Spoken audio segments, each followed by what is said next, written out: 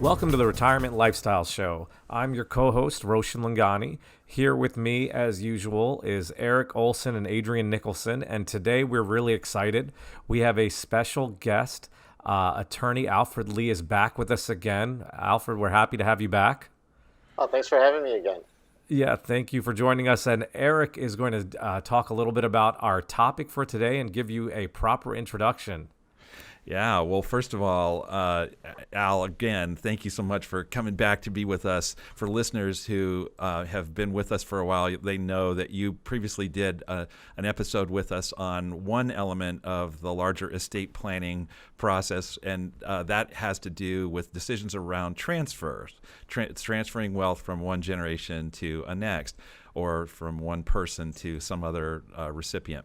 So today, though, we're focused on still another major purpose and rationale for getting together your estate plan and getting that with an estate planning attorney, and that is planning for incapacity.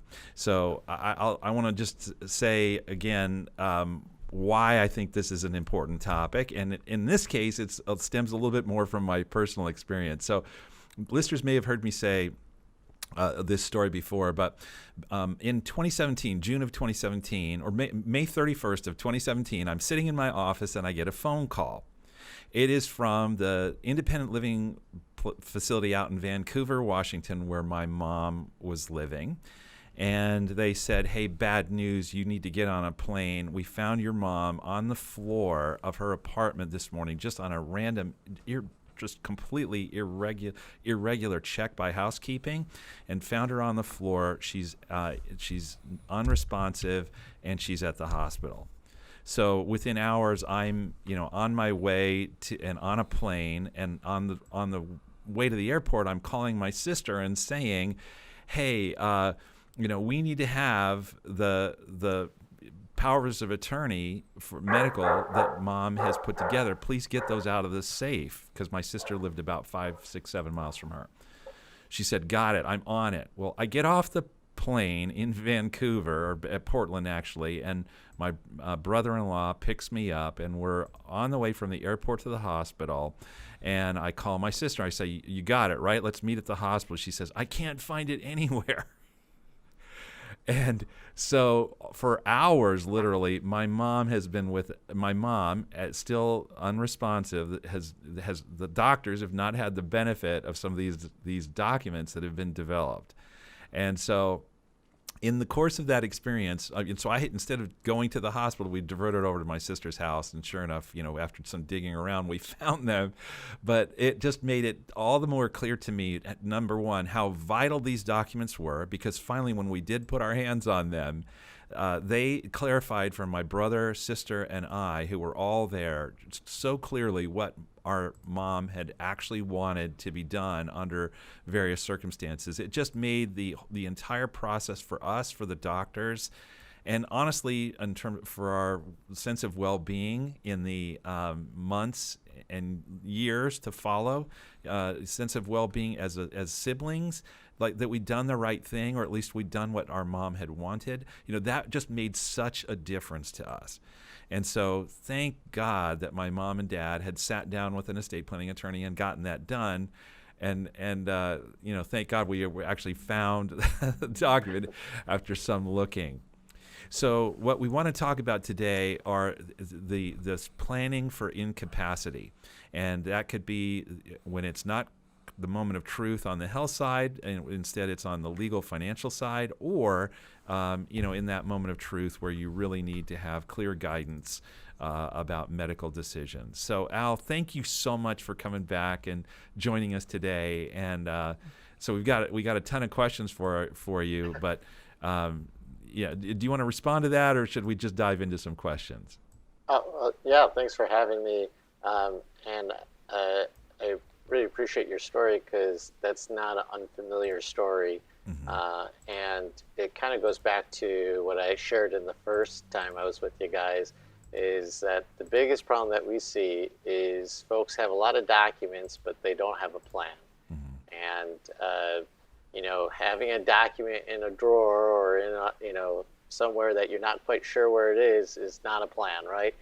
It's good that your mom had a plan, but it could have even been easier, and there could have even more peace if, for example, one simple thing we tell clients is, okay, you sign your healthcare power of attorney, give it to your doctors. Don't wait until that time where people are scrambling to find it. Give it to them now. And especially now with the electronic record system that a lot of physicians and hospitals are on, the neat thing about that is as soon as you give it to one doctor, it's part of their entire system. And here in Illinois, they updated the powers of attorney to include phone numbers. So if your mom was at the hospital, you not only got a call from the independent care facility, but also from the doctor at the hospital who's already empowered to speak to you directly. Again, just kind of the idea of how do we create a plan that's actually effective and already ready to work at the appropriate time. Well, I'm glad that you said that, and I'm going to just highlight one thing. Another lesson that came out of that for me, Al, was that we need to provide our clients with that electronic access. So what we have now is a process where we have them provide all of their documents to us. We load them up into individualized subfolders on a secure cloud storage, and then ask them to whom they have granted access or would like to grant access to those folders. And then we, on an annual basis, just remind them, remember, in a moment of truth, this is where you'll find them. You can get them instantly via electronically. But the point that you've just made about making sure they get into the doctor's hands in advance makes all the sense, and we haven't been encouraging that, and now we will. So thank you for that guidance. Yeah, Al, actually, that's the first time I've heard that, so I definitely find that as useful information that I will be sharing with clients as well. Yeah, and in fact, we suggest that for every document, right? It's much more effective when you think about how is it going to be used and where do I need to get it to. So same thing with the power of attorney for property. I was talking with a lady yesterday, and she's a long-term care policy, a wonderful policy. But I said, did you send your power of attorney for property to the long-term care institution or the financial institution holding the long-term care policy? And she kind of looked at me, I never thought about doing that. Well, yeah. That's the nice thing about doing it. And I said, well, when you make a claim, obviously you're not going to have the ability to make the claim. So you better have that power of attorney on file with them so that the person you appoint can make a claim on your behalf. And then she said, I never thought of that. That's great. So those are the things that we're always trying to encourage clients. Make your plan effective. Don't have a piece of paper that's sitting in a drawer, because that's not a plan. Mm-hmm. Yeah, that's great, especially during an emotionally charged time too. It's really beneficial to be organized, have copies distributed, so when something does happen, it's not extra stress on your plate. It shows that you're prepared and you can handle the situation without having to call around and just do extra steps. So yeah, that's some really great advice right there. Mm-hmm. Yeah. There's peace in a plan. We always say that. That's kind of our tagline. If you have a true plan, there's peace in that. So Al, what I'd like to ask us to do is to pivot a little bit, and if you agree with this, maybe the somewhat more straightforward element of this incapacity planning, as I'm calling it. Maybe there's a different language that you'd like to use for it, but would be that power of attorney for property or legal or financial sorts of things. Because I don't think it's quite, it seems to me at least, as quite as involved as the medical side. Would you agree with that, first of all? I think they're intertwined, right? All right. Yeah, because oftentimes when a person has healthcare issues, there are huge financial issues in play, mm-hmm. and there's some confusion too, because especially with people with trust, a trust acts. What we're talking about here is if you're still living. So we haven't talked about we're not dealing with your passed away. You're still living, but unable to manage your affairs. Remember, going back to our original discussion, your financial assets fall in different buckets, and depending upon the bucket they're in, the document may or may not control that bucket in terms of your incapacity.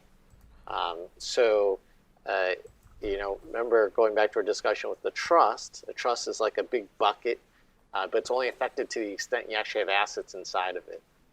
So if you become disabled, unable to manage your affairs, and you have a trust and you've done a good job of putting all your assets in that bucket, the nice feature of that trust is that trust is going to empower someone you trust to manage the affairs or manage the assets in that bucket. At the same time, go ahead. No, Al, I was going to say, if you're looking at planning for incapacity, I'm sorry to interrupt. No. I'm just wondering who needs this. Is this something you would say, the moment you turn 18 or 21? I'm sure you don't have many clients that age, but at that point, is that the point where you think you need these documents in place, or do you need to reach a certain age or asset level? What would your thoughts be on that?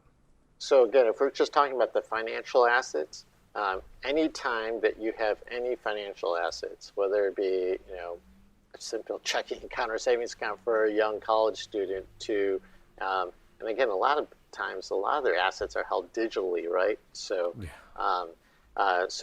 whatever assets that you have, and then all the way to where you've accumulated some wealth, a person should have a plan to empower someone to manage that account if something were to happen to them. And if you look at all the the tragic stories, they're oftentimes deal with much younger folks, right? Because typically, the older folks have hopefully done some planning, or it's kind of expected, or so people are sort of ready. With the younger folks, it's more tragic because there's no planning, right? And then, I had a client with a child with who's a college student who tragically passed away, but their life was on their iPhone, and they didn't know the password, didn't know how to access it, and it took a lot of effort to try to get to that iPhone, because that had all the where that person banked and all those things, and also just some personal mementos. So it's nice to have a plan and a process to access those things. So when you the first document we talked about, the financial power of attorney, that you think you should get whenever you have financial assets. The other documents, and tell me if I'm missing one, is the medical power of attorney, and the health directive, correct? Those are the three documents we're talking about today? Yes, but I just also want to emphasize, going back to the idea of the trust also acts as a power of attorney, because the trust is going to empower someone you trust to manage your financial affairs. So the power of attorney for property is for those assets outside of the trust. And the power of attorney for property is, for example, an IRA or 401k, a pension, a utility bill, credit card, whatever, liabilities typically. Also, the power of attorney for property acts in conjunction with the trust. And you're right, for people who don't have a trust, the power of attorney for property is going to be essential. For people with a trust, they also need that power of attorney for property as well. And those two act together. But people are surprised, because I have plenty of clients who have come to me and said, Al, I went to this institution with the power of attorney for property, but they're saying I need the trust. And I'm confused, right? And the reason is because, again, remember, everything in the trust is governed by the trust. So we need to follow the terms of that trust to empower that person that you've entrusted to manage those assets in the trust. So that's why they need the trust, and the power of attorney is not effective there. For those assets outside the trust, then we're going to need that power of attorney for property. So both of those documents act in conjunction with each other. And that's a key thing that I see over and over again, is that, in artful planning, a lot of times, sometimes these documents will conflict with each other. So we want to make sure that people with trust have their power of attorney in conjunction and they're working together. So with those conflicts, what are two or three of the most common conflicts that you see that people often mistakenly allow to exist? Yeah, great question. So the trust will say, hey, if I am disabled, these are the people that I want to manage my affairs. if I am unable to do so. So have, a pecking order. That pecking order, typically we want to match with that power of attorney for property, right? Because we don't want too many chefs in the kitchen, right? So to say, we want, this family member handling this asset and this other family handling this asset. So it just doesn't make any sense. And I see that over and over again, just because people don't realize that they work together. So that's a key thing there, that we want to see that those things are consistent. The other thing I would say too is people don't realize how different they operate in terms of how a trust operates and a power of attorney for property operates. So again, this kind of goes back to the idea of creating a plan. But with a trust, what is the first thing that we have to do when we register an account in the trust? We have to give that financial institution a copy of the trust, right, or affidavit or certification of the trust. And what's the importance of that document? Is one, to verify that there's a trust, right? But two, more importantly, it lists the people who might be showing up at that financial institution's doorstep if something were to happen to that person, whether they become incapacitated or they pass away. So that's the nice thing about that trust. It's the kind of the wheels are greased, right? The financial institution already knows who might be showing up at their doorstep. So there's just a comfort of use with the trust, because that person shows up, they check against the trust. Oh yeah, you're the person. Here, prove your ID. Prove that this person's incapacitated. You're on the fast track to get access to those assets. How does a power of attorney for property typically work practically, right? The person you appoint finds the document, right? Goes to the financial institution and says, I want to access this person's account because they're disabled or incapacitated. What is that financial institution's response, right? They're going to look at this document for the first time that they've never seen before, that has been handed to them by a perfect stranger rather than the person who actually owns the account, right? They're going to say, well, we want to trust you, but we got to protect our customers' privacy. We got to get this document vetted. This is like oftentimes with a big financial institution, when we come with the Illinois power of attorney for property, often powers of attorney are state specific. So there's an Illinois form. They're like, okay, well, this is the Illinois form. We got to get this vetted. We're not quite sure who you are, right? So you can just imagine the pushback and the lack of ease of use with the power of attorney for property. And sometimes those powers of attorney for property will also have what we call springing powers, meaning that you have to prove that this person's disabled, unable to manage their affairs. So how do you do that? If I'm the power of attorney for someone and I need to prove that my powers should come into effect, what do I need to do? Yeah. So again, the nice thing about the trust, there's that ease of use, and that's what the problem with the power of attorney for property is.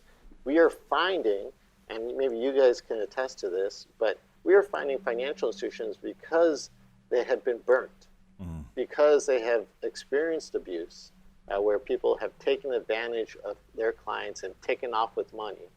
They are basically pushing back on these powers of attorney that just come to them out of the blue. And in fact, I know of several financial institutions that just say, we're going to require you to go to court to just basically validate that this power of attorney is effective.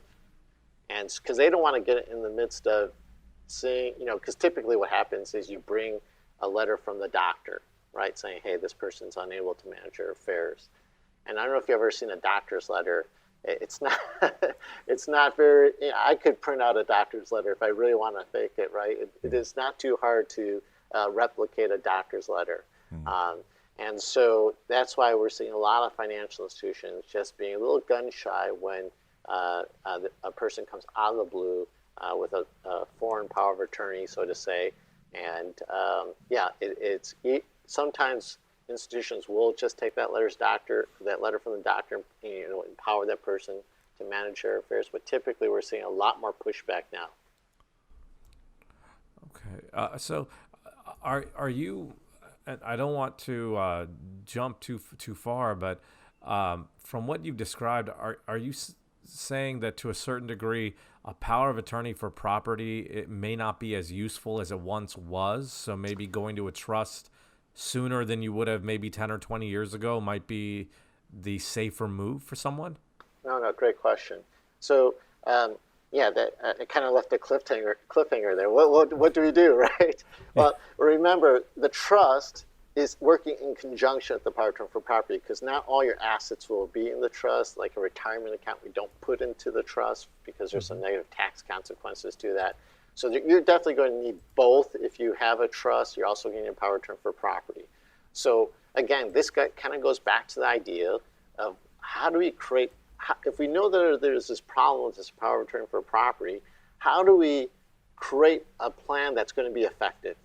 Well, what a lot of financial institutions have done, because they know that this is problematic for their clients, but yet, they got to balance this. How do we protect our clients' assets versus allowing for their plan to become effective?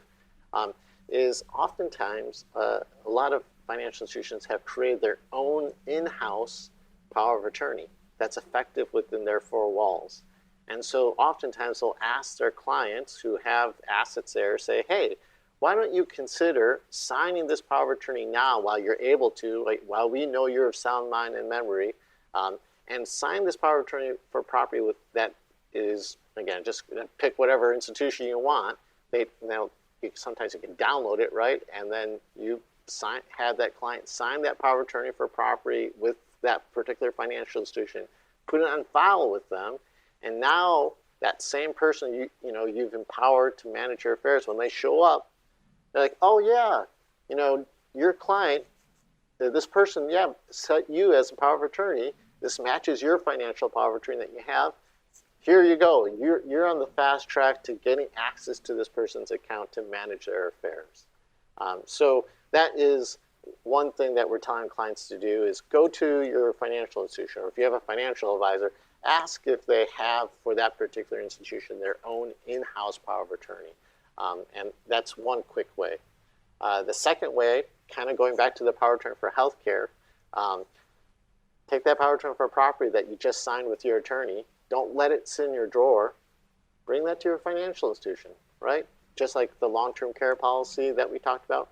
Bring that to them and say, hey, I just signed this. I want this on file with you, so that if this person ever shows up, I want to say that my document is effective, and you can appoint that person to manage my affairs. So then it kind of operates like the trust, right? With the trust, they already have a copy of who might be showing up at their doorsteps. Same thing with that financial power of attorney. If you leave it in the drawer, then it becomes problematic. But if you take that next step, take that to your financial institution, then that person is on the fast track. Yeah, it seems like taking action now is the biggest thing. Like you said, fast track, because it can be like a long and rigorous process, like I said, again, during an emotionally charged time. So taking action now when you can really help out that person you appoint. I think that's a really great theme, and it can be really effective. Yeah, that's great, Al. So what I'd like to do is to, in just a moment, make a transition to talk about then the other element that the path we'd proceeded down a ways, which has to do with the health care side of it all. Before I do that, though, I want to let our listeners know how they can reach you, Al. And so, because there's people who are going to say, who am I supposed to reach out to get some help with this? And well, the answer is you can just reach straight out to Al. So, Al's with the firm Pluymert, MacDonald, Hargrove, and Lee, and you have a couple locations, I think, Barrington and where's your other? Yeah, Hoffman Estates and Des Plaines. Yep. Okay, so Hoffman Estates and Des Plaines. And so to be able to reach Al directly, what you can do is call 847-882-8409. That's direct to the company, or you can send Al as an email. So that's alee, ALEE @ and then the domain name for the law firm is lawpmh.com. So alee @ lawpmh.com. And so, and Al, presumably you're taking on clients. So if people need some help with this, I'm trusting they could talk to you. Yeah, we'd be glad to help. Okay, fantastic. So let's shift over, and I'd like to start on the side of on the healthcare side of this all is just by developing first just a little taxonomy or a little list of the range of documents that are often thrown into the discussion here, because we hear about this document and that document, and what we'd like to do is just like, well, first of all, what's the list of documents that are out there? We don't necessarily need them all. And then how do they work together? Is one good enough, or do you need a couple? Do you need three? Do you want to make sure you never have this one and that one? How do you avoid these conflicts? So Al, the first question is, what are the documents? So there are a couple documents. There's a power of attorney for healthcare. There's a HIPAA release. And there is a declaration of living will. And then there's also a document called Do Not Resuscitate. Again, that's fairly specific to Illinois, so each jurisdiction might have some different documents, but typically, those are the most common documents that we see. Healthcare power of attorney, or they call sometimes proxy in some other states, a HIPAA release, which is a federal form that you sign all the time at the doctor's office, a living will declaration, which is what we call a common law document. So we see that in most states. And then a do not resuscitate, which again, in Illinois, that's a state-specific document that actually has to be signed by a doctor. Okay. So go ahead. Well, I was just going to ask, let's start with the first one. Can you tell us what the healthcare power of attorney is and what it does? Yeah, so the healthcare power of attorney here in Illinois is the kind of all-encompassing document that it's going to empower someone you trust to manage any aspect of your personal care. From a simple decision to give you a shot or administer some type of treatment to end-of-life decisions. So it's a broad-ranging document. And in fact, if you have an Illinois healthcare power of attorney signed here in Illinois, it trumps every other document. So a living will is useless, not useless, but it's just not effective. The HIPAA release, again, it's kind of an add-on document because the Illinois healthcare power of attorney already empowers that person to get all your medical information. So the healthcare power of attorney is kind of, in my mind, the most important document to have here in Illinois. And again, it's a standard Illinois document. So it's a state form, and we tweak it a little bit. But again, if you can, it's freely downloadable. So you can Google it. Don't pay anyone to, get it. If you just want something in place, you can download it, have it, sign it, and have it witnessed, and give it to your doctors. You're on the fast track. Again, a lot of hospitals, doctors will have it freely available at their offices too. So again, it's a real standard bedrock document here in Illinois. Excellent. And so the healthcare power of attorney, you mentioned it trumps all the other documents. I'm going to come back to that question as we go through them. The next one, I don't know if you need additional explanation, but the HIPAA release, you said that's a federal document that allows the release of your healthcare records. Yeah, so the way I explain it to our clients is that why do we create these other documents if the healthcare power of attorney always trumps these other documents? Well, they're backup documents in case you're outside of Illinois. We live here in northern Illinois. We have a lot of clients that go up to Wisconsin or Michigan. I had a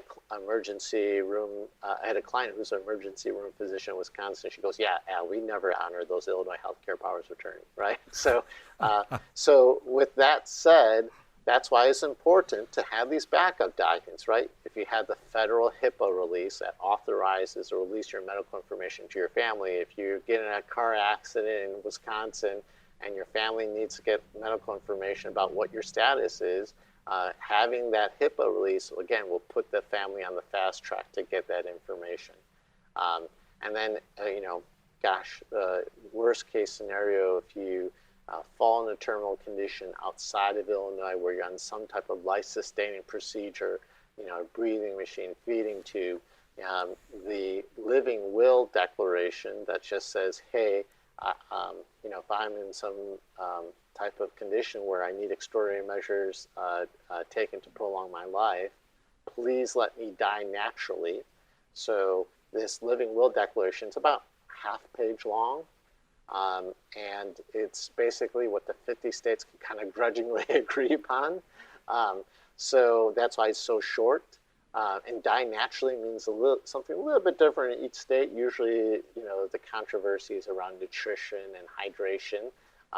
But again, it's a nice backup document just in case you're outside of Illinois and for whatever reason, they're not going to recognize the Illinois form. Okay, and so just to summarize, the HIPAA release is the federal form. This is a backup, as the others are, to the healthcare power of attorney. And you described the living will right now. That's where you can say, let me die naturally. And then finally, the do not resuscitate. What does that document do? Yeah, a do not resuscitate here in Illinois has to be signed by a physician. So the Illinois healthcare, a lot of times people think an Illinois healthcare power of attorney is a DNR. That is not a DNR because a physician has to sign off on that. So how I see a DNR, it's kind of more the progression where, if you empowered someone to manage your affairs, to make those decisions with regards to end of life or life-sustaining treatment, and that agent says, gosh, this is something that, this person would not have wanted to, needlessly prolong that person's life, then they're going to work with that physician to say, yes, please go ahead and sign off on a DNR. It's oftentimes, kind of already that decision has been made that, continuing prolonging treatment is no longer necessary. So that DNR is really kind of already where the decision is made. That's why we typically don't make it in the healthcare power of attorney, because we don't know where the treatment's going to go, and to sign a DNR right away is a little bit premature. And that's how Illinois works. Other states have a little bit different, tack to it, but that's how Illinois works. But again, my experience has been most other states follow that kind of procedure. Okay. So the DNR is not a document you need in advance. That's what you state in advance what you want to happen. And then if you're in a position where you need to be resuscitated, the doctor looks at the document and then signs something saying we're not resuscitating you because that's what you wish to happen. It's kind of usually my experience is it gets to that point, right? It's not just like where it's an immediate decision. It's, going back to Erik's mom, they're going to kind of assess the situation and make a prognosis and say, hey, maybe if you do these things, there's a chance, right, that this person can come out. The language in the Illinois healthcare power of attorney, there's a chance that you can come out with a quality of life. So again, what does quality mean? And that goes back to our idea of how do we create a plan, not just create a document. We give a questionnaire to our clients called the American Bar Association Healthcare Questionnaire, and there's 5 wishes. There's all different types of tools to flesh out what quality of life would mean to you. And it's just a wonderful way to start talking about this with your family. It's really uncomfortable to do it, but like Erik was talking about, his mom went through that and kind of expressed, her wishes in advance. So the family knew what quality of life would mean to her. And so that's, what we're aiming for, again, is that once that person is talking quality of life with the physician and there's a determination, this is not what mom would have wanted, then that's when that DNR is signed. So, Al, what I'd kind of like to ask you is about the circumstances in which, one approach might be the right approach, and different circumstances in which a different approach might be useful. I mean, I'm thinking that people might differ, as Roshan was asking or implying earlier, about their level of wealth with respect to the legal financial powers of attorney. Here I'm thinking it might be related to age or something else along those lines. So do you have a fairly closely prescribed set of these documents that you would say everyone should have, or will you just say there are certain circumstances where this or that is more necessary? And then after we explore that a little bit, I want to swing over to talk about more some of the medical ethical issues as well.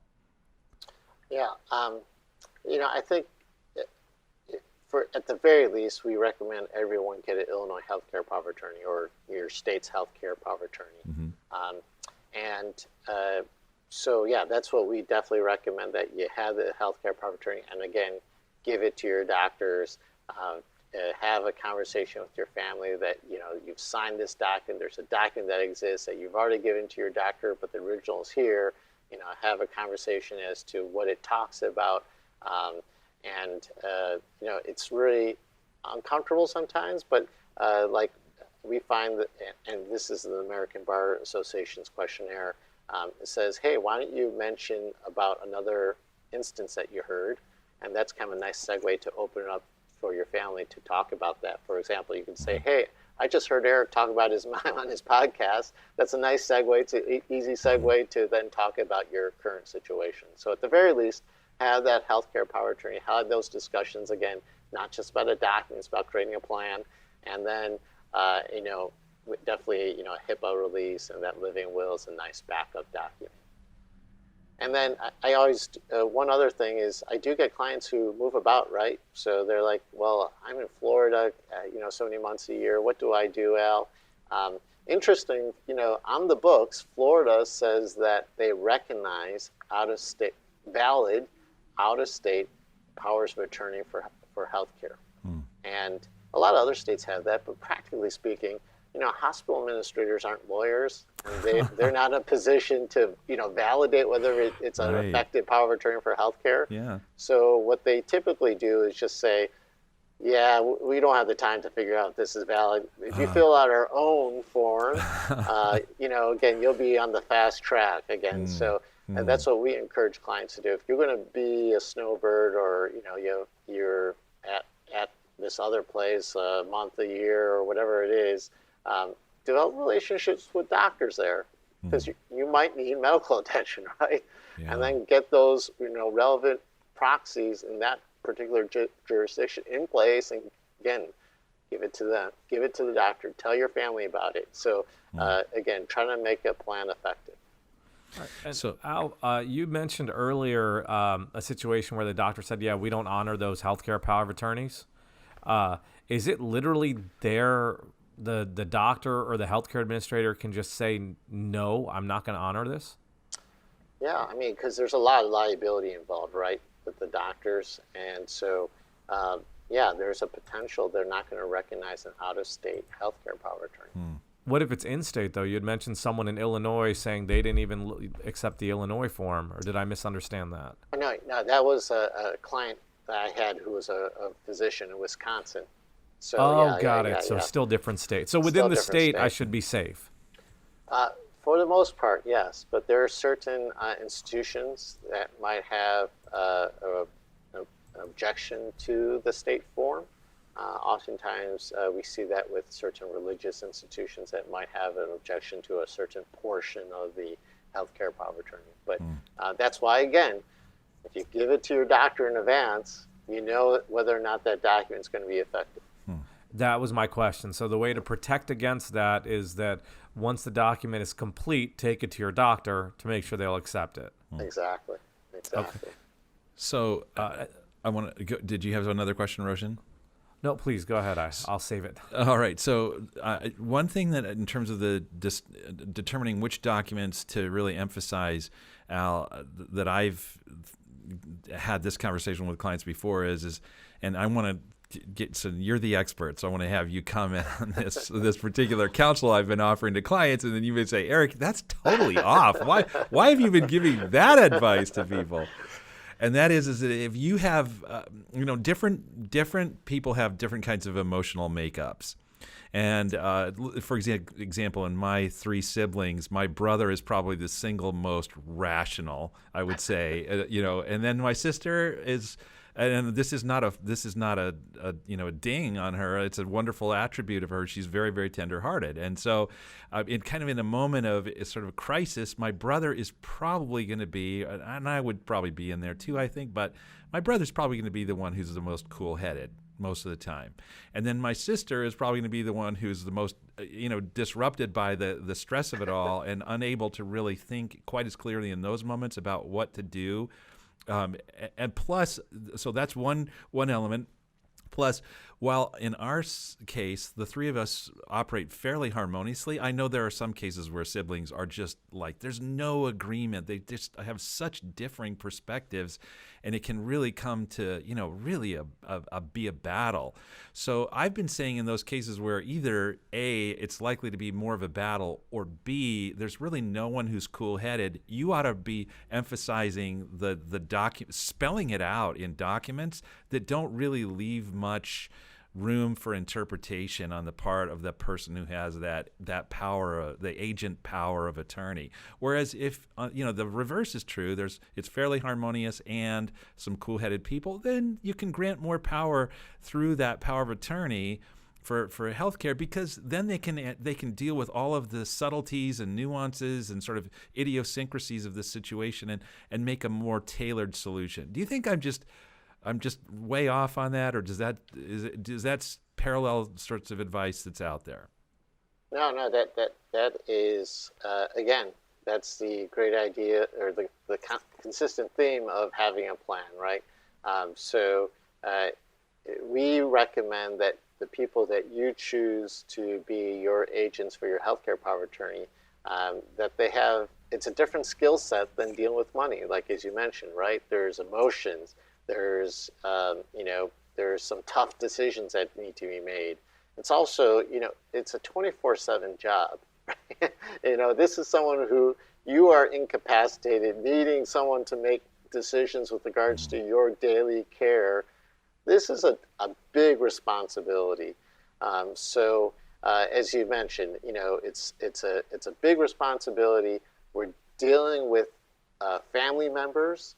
We're dealing with the healthcare system, making decisions on that. So it's someone who's going to have kind of, it's not necessarily, being rational or being emotional, but someone who's going to be able to balance all those things and balance all those dynamics and then finally make a decision. So that's something to think through when, we're talking with the client, who would this person best be?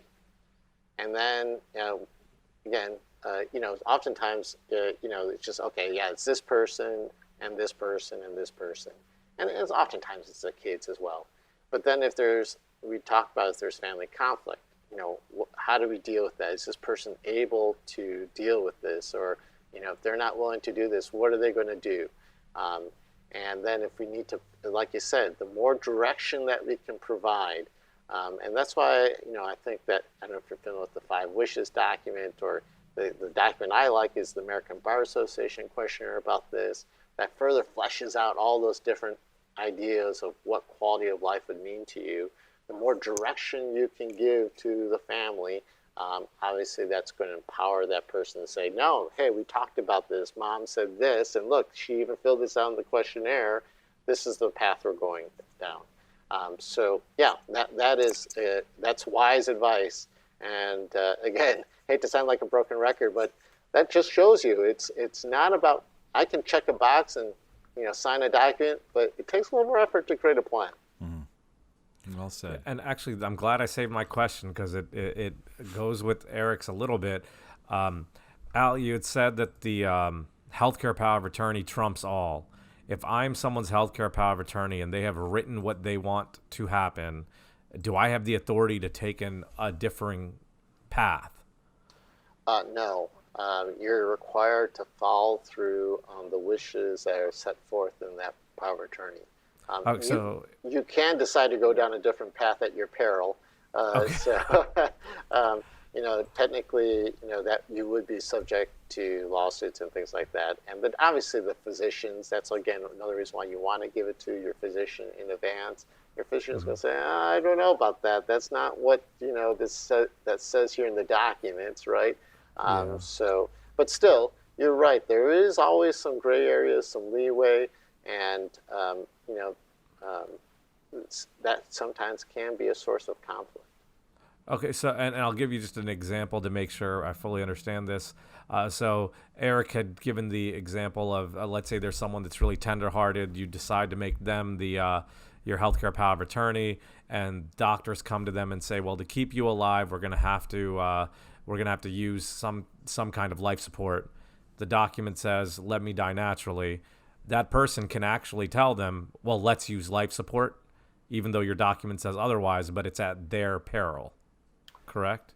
Yeah, again, I find that a fairly rare circumstance, It is, to be quite okay, honest, is it? just because the doctors, they're going to look at that document, and if it says, let me die naturally, well, die naturally may mean something a little bit different, right? If there's a chance that that person's going to come out with a quality of life if we, give them a life-supported breathing machine or feeding tube, right?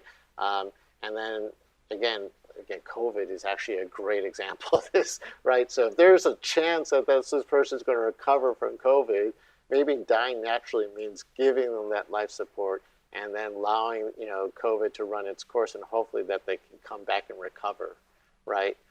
So that is something the agent, yes, they're going to have final decision making, but they have to be reasonable about it and talk with the doctors and come with a game plan that makes sense in light of all the circumstances, and try to meet the wishes of what that person said. Hey, I don't want to just be vegetable, have no decision making and everything like that, but there's a chance, please continue on with those procedures. Then that's how the doctors and that agent and finally the agent would make that decision. But if that's why I find it fairly rare where the agent would disregard the doctor's decisions, unless it's really something that, it's a fairly rare circumstance where that would happen. Okay, so if my document's written and I've got it, it should be okay that it goes down the way I want it to. If you put that effort of, again, talking through with your agent, where, giving the document to your doctor, talking through with your agent what you consider, the quality of life or what you would like to happen in different circumstances, and get the tools that will help you flesh out what that would mean.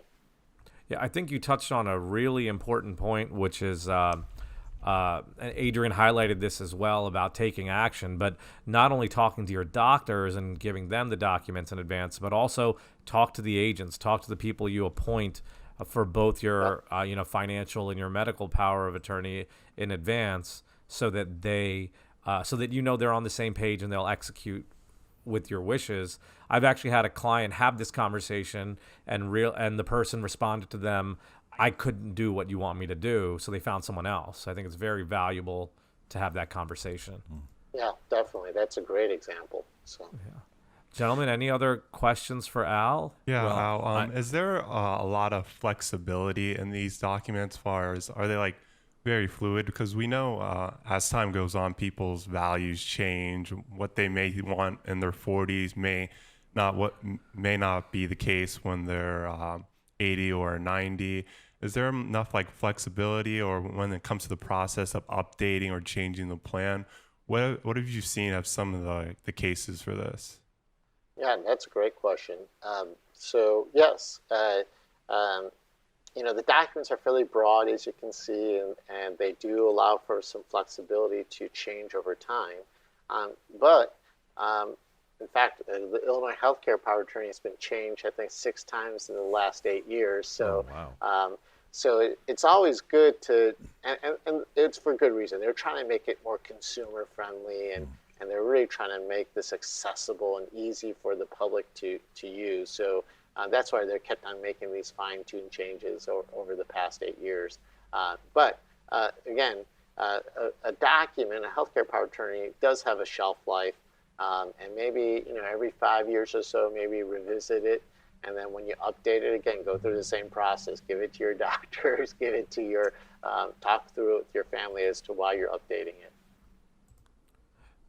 And Al, you said every 5 or 6 years. Is that correct in terms of frequency for updates? Yeah, on a healthy basis, we recommend every 5 years. I think we may have talked about this before, but the very least, the 4 Ds, right? Every decade of life, there's a death or disaster in the family or a divorce. That was the 4 Ds, every decade, death, divorce, or disaster, correct? Yeah, fairly morbid, but it's an easy way for our clients to remember. But we recommend on a healthy basis every 5 years. Every 5 years makes sense. Okay.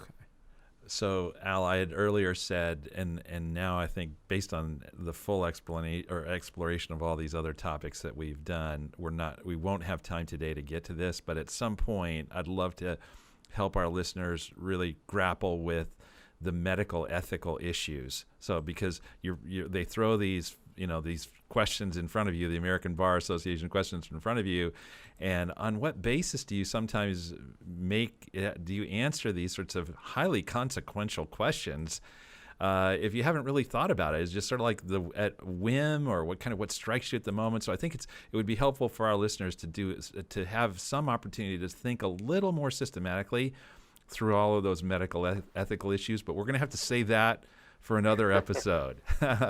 So thank you so much for joining us today. Thank you. It's been a pleasure. I really enjoyed this.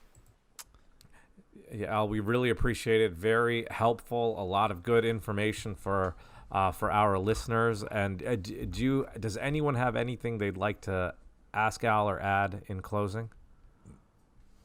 Not that wouldn't take another 20 or 30 minutes. Yes. Well, as we've said, Al, thanks again to all of our listeners. Thank you for joining us.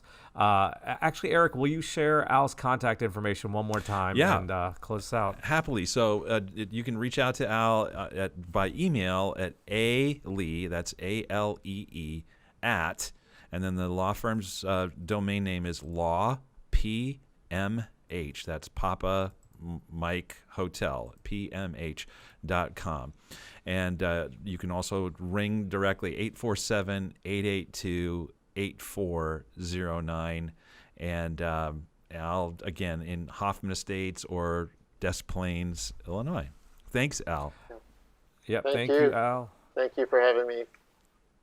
Excellent. And to all our listeners, thank you for joining us. This has been another episode of the Retirement Lifestyle Show. Please like, subscribe, tell your friends about us and family as well. And if you have questions, please send it over. We'd love to have an episode around what you'd like to see. Thanks again. This has been the Retirement Lifestyle Show.